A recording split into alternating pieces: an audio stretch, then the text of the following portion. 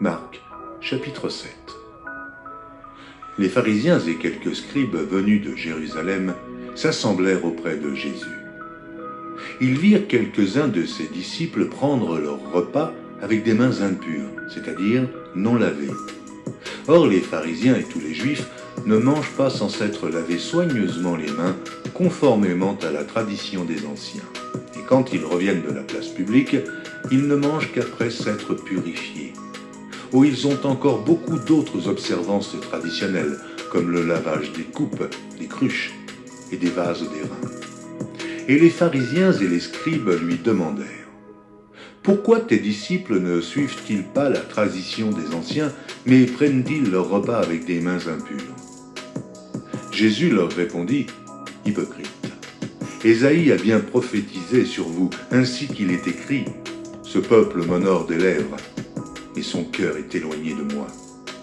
C'est en vain qu'il m'honore, en donnant des préceptes qui sont des commandements d'hommes. Vous abandonnez le commandement de Dieu et vous observez la tradition des hommes. Il leur dit encore : vous anéantissez fort bien le commandement de Dieu pour garder votre tradition. Car Moïse a dit : honore ton père et ta mère. Et celui qui maudira son père ou sa mère sera puni de mort.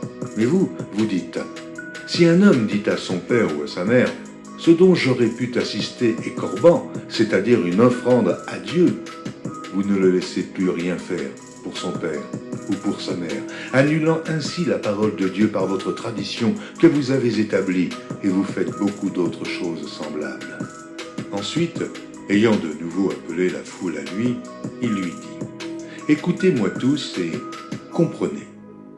Il n'est hors de l'homme rien qui, entrant en lui, puisse le souiller. Mais ce qui sort de l'homme, c'est ce qui le souille. Si quelqu'un a des oreilles pour entendre, qu'il entende.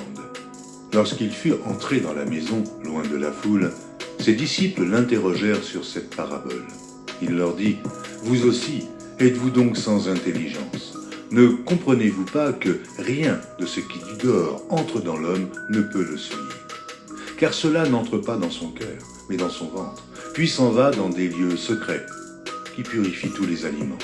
Il dit encore : ce qui sort de l'homme, c'est ce qui souille l'homme.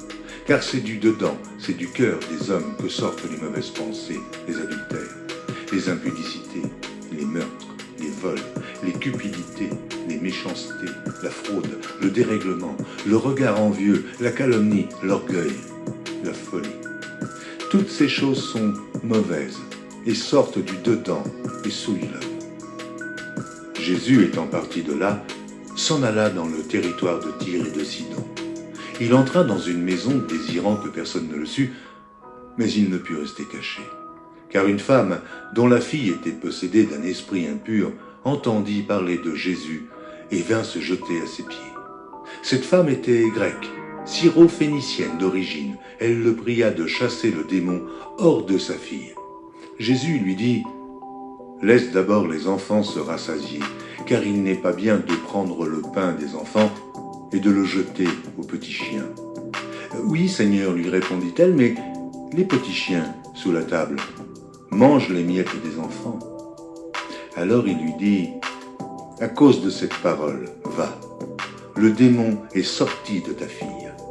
Et quand elle rentra dans sa maison, elle trouva l'enfant couché sur le lit. Le démon était sorti.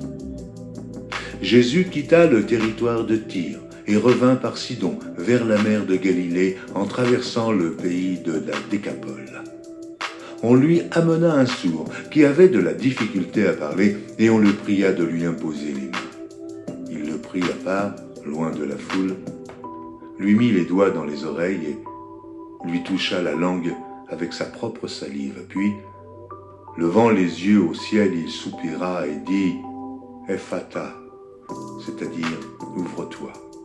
Ainsi ses oreilles s'ouvrirent, sa langue se délia, et il parla très bien. Jésus leur recommanda de n'en parler à personne, mais plus il le leur recommanda, plus ils le publièrent. Ils étaient dans le plus grand étonnement et disaient : il fait tout à merveille. Même il fait entendre les sourds et parler les muets.